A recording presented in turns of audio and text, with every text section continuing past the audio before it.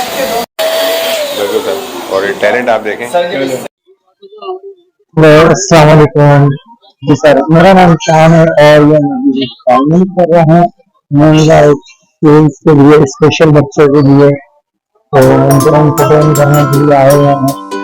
ये भारत में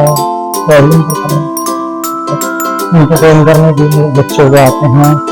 इसलिए जो बच्चे एंटरटेन होते हैं बहुत ज़्यादा ही खुश होते हैं। स्कूल के लिए बहुत जो है वो स्पेशल बच्चों का प्रोग्राम अच्छा लग रहा है। आप लोग बताएंगे मुझे बच्चों को स्पेशल बच्चों का प्रोग्राम आप जो है कैसा लग रहा है? और परमानेंट जो परफॉर्मेंस है अभी जो है परमानेंट कर रहे हैं बच्चों के लिए, एंटरटेन करने के लिए आए हैं बच्चों को। इससे जो बहुत ज़्यादा बच्चे एंटरटेन होते हैं। ये ऑनलाइन है, कार्टून कैरेक्टर्स हैं, जोकर है और मैजिक शो है।